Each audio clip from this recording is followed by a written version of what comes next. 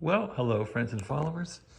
Here's a strange story of how events can just change things all around when you're trying to fix something. So that power supply is a 10-tech power supply in that box from my brother, who I think wants this 10-tech Paragon. So I basically got that power supply off eBay, never really tested it, and I found it was missing a fuse holder. So I took the fuse holder fuse part off this power supply, and then I find I don't have a fuse holder to fit this power supply. All I have are these Chinese ones, which I bought a bunch of these. So I thought, you know what, I don't want to wait for eBay for another 10 days to fix this power supply. So I thought I'll take out that fuse holder and unsolder the wires and put a new one in. And so I turned my soldering iron on and it wouldn't work anymore. And I thought, okay, I've had this Weller soldering iron since 1983, and I soldered in with this gun iron, which I've had since recently. I basically soldered a 3-amp fuse in here and turned it on, and it went poof, and it blew up. And then I thought, well, what the heck is wrong with this thing? So I'd never taken this thing apart before, so I took the whole thing apart, and I found out that the heating element is fine. So here's the actual, I guess, handle part of it. The heating element is fine, and I'm looking for where that went.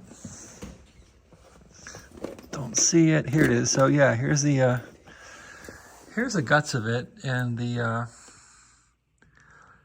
heating element here ohms out at about 10 to 12 ohms, and it's fine. And the little switch here that clicks is fine. And so this part here would be hard to find. It's really hard to find on eBay. It's expensive. So this part I verified will work when I put it back together just fine. And the problem is stranger than fiction. So the wire itself, the white wire, this white wire here that came with this thing, basically inside disintegrated, and the rubber eventually disintegrated and the wires touched. So I have 1 ohm through all the wires that are all now shorted through this cable. So all I have to do is find a new cable which is suitable with 3 connectors or 3 wires and use it. But it's just stranger than fiction that this thing is probably as old as 1980 and the cable inside disintegrated. So that's made me a bunch of work to fix this old soldering iron back up, which I really like it. It's served me well. So I think the heating element is still good, and the tip is still good. That's how the heating element is charged up, and it goes through this little clicky switch here. And I can show you how to put it back together. You just slide this little clicky switch. You can put the little clicky switch with a magnet back into the top here. Let me see if I can get the phone angled up to do it. Put it in. There we go. So you just slide this in like this, and that works fine. There's another part here which you angle around, and you angle this bottom part here below the spring, and you push this down a bit, and that's how it sits and runs like that, with the spring down like that. There you are. And there's a top screw that holds this whole thing in. There's a top little screw right there, which holds it in. It's still screwed in, so that's how it works.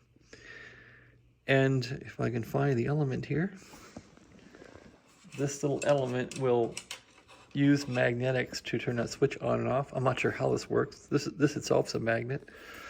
This little element has a magnet in the bottom of it. No, it doesn't.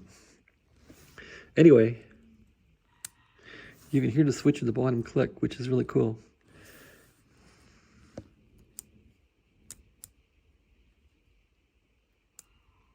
When I move the element, so heat will expand and contract it, and that switch goes on and off, and it accurately controls the temperature of the element. Hear it?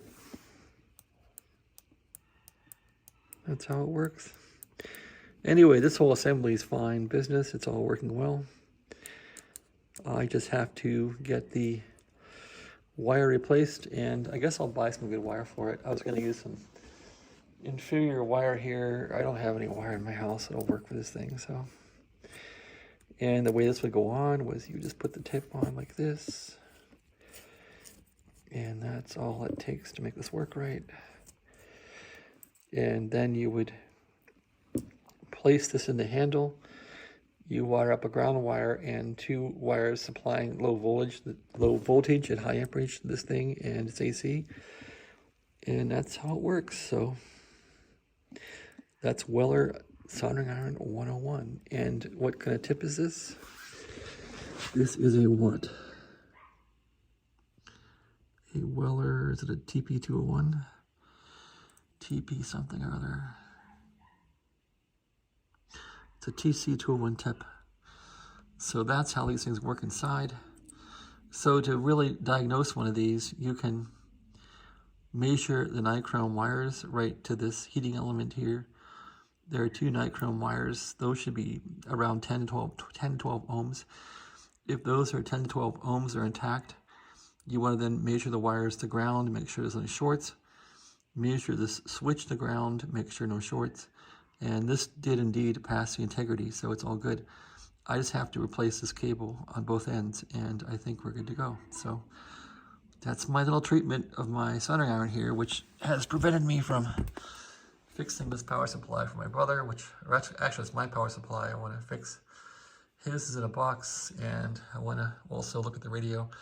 So here's the guts of the power supply here. There's a 3 amp fuse here for the handle. And there's a power supply here which will convert 117 in the USA down to, I'm not sure if it's 12 or 24 AC or whatever it is. And then it comes out through a little handle plug here, and the handle plug is able to be reused. I have the bottom base of it, which I'll reuse and pop the plug back in there, and the wire will be corrected. So that's what I'm doing. Unfortunately, this eats up a lot of time, and I don't know. These are between $100 and $200 new, so I guess it's time to fix this thing. Plus, I've had it for a long, long time. All right, thanks for watching. Have a great day.